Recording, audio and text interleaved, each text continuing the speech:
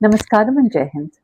Today's story is nothing to do with food and things that I normally speak on health and wellness.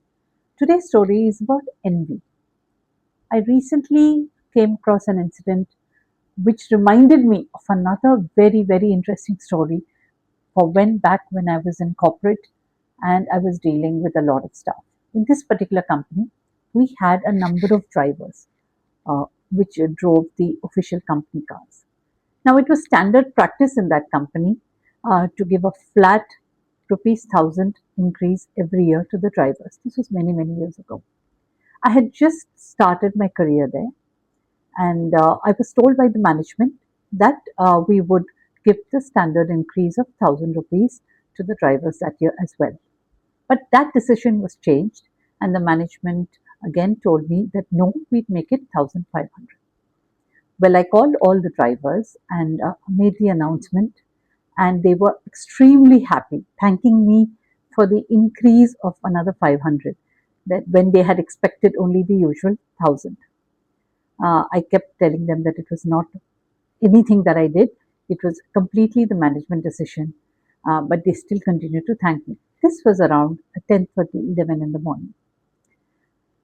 What happened later is the same set of drivers came back at, say, about 4 in the evening, all extremely unhappy and telling me, "Ma'am, how could you do this?"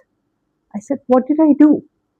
I said, "Ma'am, you made a differentiation between all of us for the first time." I was puzzled. Well, what happened is that amongst all the 12, 13 drivers, two of them got an additional increment, so a 2,000 rupee increment, because they did a lot of runs to the airport at all hours.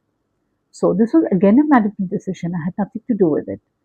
But the drivers were extremely unhappy that these two people got 500 more. I said, look, their job is like that. Again, I have nothing to do with it. But you guys were so happy that you got 500 more instead of the usual 1,000. Aren't you still happy about it? They said, no, but that's not the point. The point is, why did these two get 2,000? It was exasperating. Uh, the matter was eventually resolved, and of course, the drivers had to accept the decision of the management. But this brings out a very relevant point. The same 500 that made them happy in the morning made them so unhappy in the evening just because they heard that two others got more.